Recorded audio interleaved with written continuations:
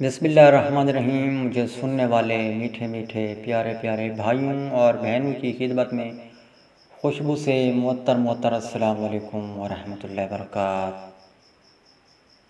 سامعین معظم، جن بچوں کو آپ اس ویڈیو میں کھیلتا ہوا دیکھ رہے ہیں، یہ بچے دوران سفر جب مجھے نظر آئے تو میں نے اپنی کار کو روک کر کار کے شیشے کو نیچے کیا تو یہ بچے دوڑتے ہوئے میری کار کے قریب آ کر رک گئے۔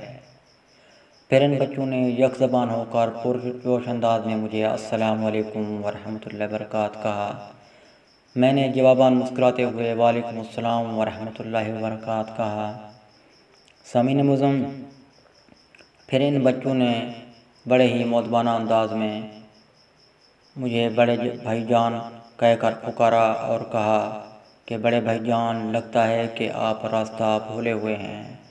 اگر آپ راستہ بھول گئے ہیں تو آپ ہمیں بتلائیں، ہم آپ کی رہنمائی کر سکتے ہیں۔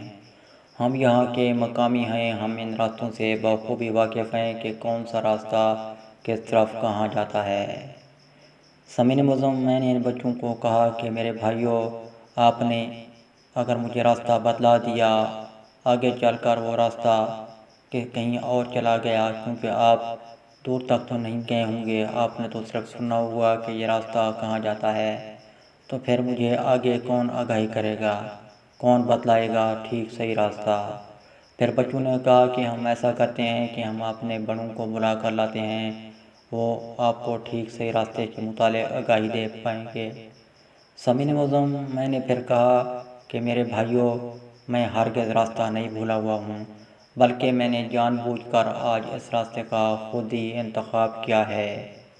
میں پہلے ایک اور راستے سے آیا جایا کرتا تھا، آج میں نے اس راستے کو اس لیے چنا کہ میں دیکھنا چاہتا تھا کہ اس راستے پر کتنی چہل پہل ہے، یہاں پر کتنے درخت ہیں، باغات ہیں، لوگ کون سا اور کس طرح کا کاروبار کر رہے ہیں۔ سامعین معظم،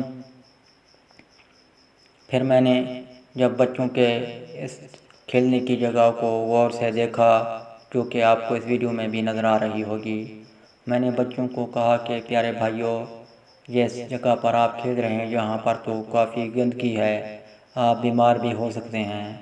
پھر بچوں نے مجھے کہا کہ بڑے بھائی جان، یہاں پر پہلے بہت سی گندگی ہوتی تھی، یہ جگہ جو آپ دیکھ رہے ہیں، اس جگہ پر کافی گندگی کے ڈھیر ہوا کرتے تھے۔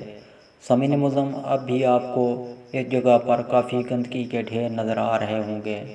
میں نے بچوں کو کہا کہ آپ کسی اور جگہ کا انتخاب کریں جو کہ کھیلنے کے لیے مناسب ہو، صاف ستھری ہو۔ بچوں نے کہا کہ ہمارے ارد گرد ایسی کوئی اور جگہ نہیں ہے جو کہ صاف ستھری اور کھیلنے کے قابل ہو۔ سامعین معظم، میں نے بچوں کو کہا کہ آپ سکول کے کسی گراؤنڈ میں کھیلا کریں۔ بچوں نے کہا کہ شام کو اسکول کو تالے لگا دی جاتے ہیں، اس لیے ہم وہاں پر جا کر کھیل نہیں سکتے ہیں۔ پھر میں نے بچوں سے اجازت چاہی اس دعا کے ساتھ کہ اللہ تعالیٰ آپ کو بہتر کھیلنے کی جگہ عطا فرمائے۔ پھر بچوں نے یک زبان ہو کر کہا آمین۔ میں نے جواباً کہا کہ ثم آمین۔ سامعین معظم، یہ تھی سفر کی کچھ روداد جو میں نے آپ کے گوش گزار کر دی۔ آپ بھی دعا کیجیے گا کہ پاکستان کے ہر بچے کو کھیلنے کے لیے اچھا کھیل کا میدان صاف ستھرا نظر آ سکے۔ سامعین معظم، مجھے دیجیے اجازت، کسی نئی روداد کے ساتھ پھر حاضر ہوں گا۔ اللہ حافظ۔ پاکستان زندہ باد۔